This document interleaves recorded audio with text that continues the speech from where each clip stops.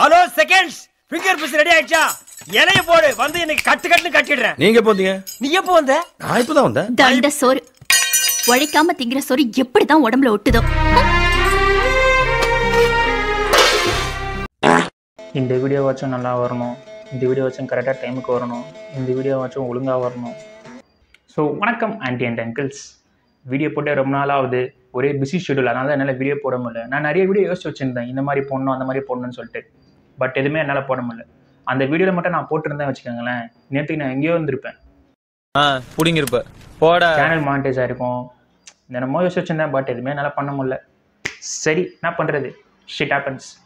IPL வேறு start ஆயிடுச்சு. So இன்றைக்கி நம்ம என்ன பார்க்க போகிறோம்னா, ஐபிஎல் ப்ரெடிக்ஷன்ஸ். இந்த டீம் வந்து பிளே ஆஃப்ஸ் போக போகிறாங்க, யார் வந்து ஆரஞ்சு கேட்பாங்க போகிறா, யார் பர்பிள் கேட்பாங்க போகிறா, யார் டேபிள் பட்டம் முடிக்க போகிறா, எல்லாத்தையும் இன்றைக்கி நம்ம பார்க்க போகிறோம். இது முழுக்க என்னோட ப்ரெடிக்ஷன்ஸ் மட்டும்தான், ஓகேவா? இந்த டீமுக்கு நான் சப்போர்ட் பண்ணுறேன், அந்த டீமுக்கு நான் சப்போர்ட் பண்ணலன்னு சொல்லிட்டு யாரையும் என் மேலே வன்மத்தை கற்காம நான் தொலைக்கிறேன். ஃபஸ்ட்டு ஆரஞ்சு கேப் பார்ப்போம். ஜெய்ஸ்வால் ஏன்னு சொல்கிறான், ஜெய்ஸ்வால் லாஸ்ட் 1 இயராகவே சூப்பராக இருக்கிறான். எல்லா ஃபார்மெட்டும் சரி, டெஸ்ட்லேயே T20 மாதிரி ஆடி இருந்தான். இப்போ T20 வேறு வருது, அது ஐபிஎல் வேறு. எனக்கு தெரிஞ்சு கண்டிப்பாக இந்த வாட்டி வந்து ஆரஞ்சு கேட்பாங்க. லாஸ்ட் இயரே இவன் தெரிஞ்சு செகண்ட் தான், நீங்கள் செகண்டாக தேர்ட் அண்ட் மோர் இருந்தான். ஆர்ஆர் மட்டும் லாஸ்ட் இயரே வந்து பிளே ஆஃப்ஸ் போயிருந்தாங்கன்னா கண்டிப்பாக இவன் வாங்கியிருப்பான். செகண்ட் வந்து கிளாசன். எஸ்ஆர்ஹெச் மட்டும் இந்த வாட்டி பிளே ஆஃப்ஸ் போன வச்சுங்களேன், நான் சத்தியமாக சொல்கிறேன், இவனுக்கு தான் கேப்பு. சத்தியமாக இவனுக்கு தான் ஆரஞ்சு கேப்பு. ஏன்னா இவன் அந்த மாதிரி ஆடுனுங்கிறான், எல்லா லீக்லையும் போகிற எல்லா லீக்லையும் அடிச்சு நொறுக்குறான் போட்டு. இவனோட வீக்னஸ் தான் என்னன்னு யாருக்குமே தெரியவே இல்லை. வீக்னஸ் மட்டும் கண்டுபிடிச்சா போதும். அடுத்து தேர்ட் யாருன்னா உங்களுக்கு ஷக்கிங்காக இருக்கும். எனக்கு ஆக்சுவலாக ஷக்கிங்காக தான் இருக்குது. வேறு யாரும் இல்லை, நம்ம ரோஹித் தான். ரோஹித் எப்போ வந்து ஆரஞ்சு கேப்பு இந்த மாதிரிலாம் நான் வரவே மாட்டேன்னு சொல்லிட்டு அவர் வெறும் 300-350 ரன்ஸ் எல்லாத்தையும் அப்படி தான் இருப்பா போல. ஆனால் இந்த வாட்டி எம்ஐ பண்ண ஒரு க்ளோன் மூவ்னாலே கண்டிப்பாக செம்ம கானில் இருப்பா போல. எதிர்த்து கண்டிப்பாக இருந்தாலே இந்த வாட்டி ஒரு 600+ ரன்ஸு அடிப்பார்னு நினைக்கிறேன். அடித்தா நல்லாயிருக்கும். ஐ திங்க் இவங்க தான் ஆரஞ்சு கேப் கண்டென்டர்ஸாக இருப்பாங்க. வேறு யாரா விட்டேன்னா இல்லை, எதிர்த்து இவங்க 3 பேர் யாரோ ஆரஞ்சு கேப்பாக இருப்பாங்க கண்டிப்பாக. Am I a joke to you? Purple cap first வந்து புவி ஏன்னா புவி T20 ஸ்குவாட்லேருந்து ஆல்மோஸ்ட் ஒதுக்கிட்டாங்க. இதுக்கு மேலே அவனுக்கு சான்ஸ் கிடையாது.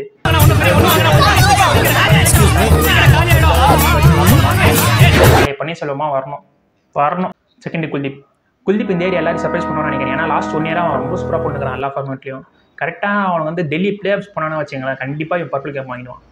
பிஷ்னாய் லாஸ்ட்டாக இந்தியாவில் நடந்த எல்லா T20 சீரீஸ்லையும் லாஸ்ட் 2 இயர்ஸாக இவன் எல்லா T20 சீரீஸ்லையும் இவன் இருந்தான், ஸ்குவாட்லேயே இருந்தான், ஆடவும் செஞ்சான். அதில் எல்லாத்தையும் நல்லா நான் சூப்பராக போட்டான். ஐபிஎல்லும் நல்லா தான் போட்டான். இந்த வாட்டி T20 வேர்ல்டு கப் வேறு வருது. ஸோ அதனால இந்த வாட்டி இவன் நல்லா போடுவான்னு நினைக்கிறேன். நல்லா போட்டு பர்பிள் கேப் வாங்கி எப்படியாவது ஸ்குவாடுக்குள்ளே போயிருந்து சொல்லிட்டு யோசிச்சுருப்பான் இவனும். ஸோ அதனால தெரிஞ்சு இவங்க 3 பேர் யாரோ தான் இந்த வாட்டி பர்பிள் கேப்பாக இருப்பாங்க. அடுத்தது டேபிள் பாட்டம் 9th 10th இந்த 2 பொசிஷனில் யார் முடிப்பாங்க? 10th பொசிஷன் சொல்லிடுறேன் ஃபஸ்ட்டு. வேறு சனி 10th பொசிஷன் முடிக்க தகுதியான டீம் வேறு எதுவும் இல்லை. It's none other than Mumbai Indians. என்னடா இதுன்னு சொல்லிட்டு உங்களுக்கு ஷாக்காக இருக்கும். எனக்கும் வேறு வழி இல்லை, என்னோட வன்மத்துக்காக இதான் சரியான டீம். எனக்கு ஒரே ஒரு ஆசை தாங்க, எம்ஐ லாஸ்ட்டாக முடிக்கணும். But orange cap purple cap ரெண்டுமே மும்பை இந்தியன்ஸ் கிட்ட இருக்கணும். ஆரஞ்சு கேப் ரோஹித் வாங்கணும், பர்பிள் கேப் பும்ரா வாங்கணும். பட் இது எதுவுமே நடக்காதுன்னு எனக்கும் தெரியும். பட் இருந்தாலும் ஒரு ஆசை தான், நடந்தால் நல்லாயிருக்கும். எனக்கு ஒன்றே ஒன்று தான் நினச்சா சிரிப்பாகுது. மும்பை இந்தியன்ஸ் ட்ரெஸ்ஸிங் ரூம் எப்படி இருக்கும்? பும்ரா, ரோஹித், ஸ்கையை, ஹர்திக் பாண்டியா இவங்கெல்லாம் எப்படி ஒரு இடத்துல எப்படி ஒன்றா இருப்பானுங்க? டேய் ராமு, வாடா கிரிக்கெட் விளையாடலாம். நான் வரலப்பா. ஏன்? நேத்து நம்ம 2 பேர் சண்டை போட்டோமே, அண்ணால வரலையா? அதை நான் அப்பவே மறந்துட்டேடா. வாடா விளையாடலாம் ப்ளீஸ். டபார் ஒரு ஆடம் தான் வருவேன். சரி, நீ பேட்டிங், நான் bowling.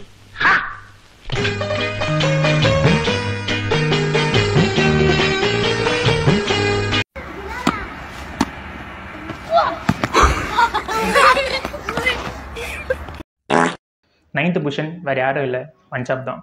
பஞ்சாப் பற்றி நான் எதுவுமே சொல்ல தேவையில்ல, உங்களுக்கே தெரிஞ்சிருக்கும். சொல்லி நான் டைம் வேஸ்ட் பண்ண விரும்பலை. அடுத்தது பிளே ஆஃப்ஸ்க்கு போகிற அந்த 4 டீம் எதுன்னு பார்ப்போமா?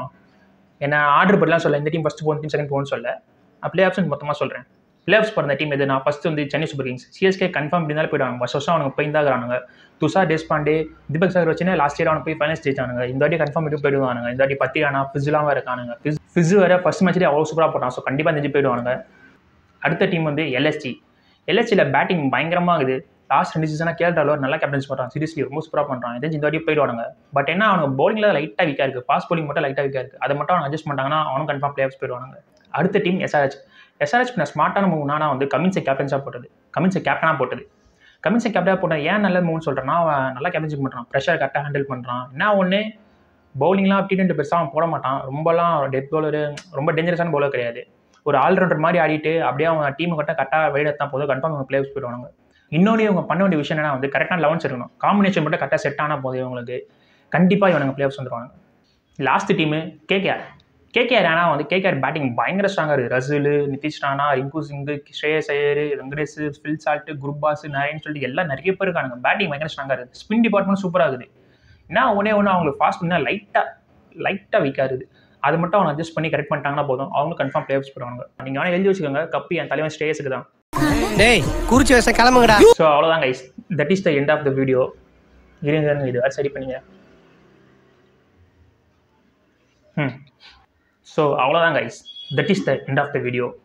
நான் ஏன் இத்தனை நாள் வீடியோ போடாமல் இருந்தேன்னா, அது வந்து இல்லை இப்போ வேணாம், அது இன்னொரு வீடியோவில் சொல்கிறேன். சரி, உங்களை இன்னொரு வீடியோவில் பார்க்குறேன். அதுவரை உங்களிடமிருந்து விடைபெறுவது உங்கள் நான்.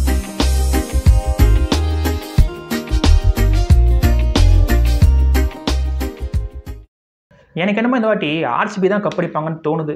ஏன்னு தெரியல, என்னமோ ஒரு மாதிரி தோணுது. ஏன்னா WPL ஜெயிச்சிட்டாங்க, உமன்ஸ் ஜெயிச்சிட்டாங்க. ஸோ கண்டிப்பாக இவங்களும் ஜெயிச்சு தான் ஆகணும். ஜெயிக்கலாம் இவங்களுக்கு அசிங்கம். எனக்கு தெரிஞ்சு அதனாலே இந்த வாட்டி கண்டிப்பாக ஜெயிப்பாங்கன்னு நினைக்கிறேன். சூத்துல வைப்பாங்க.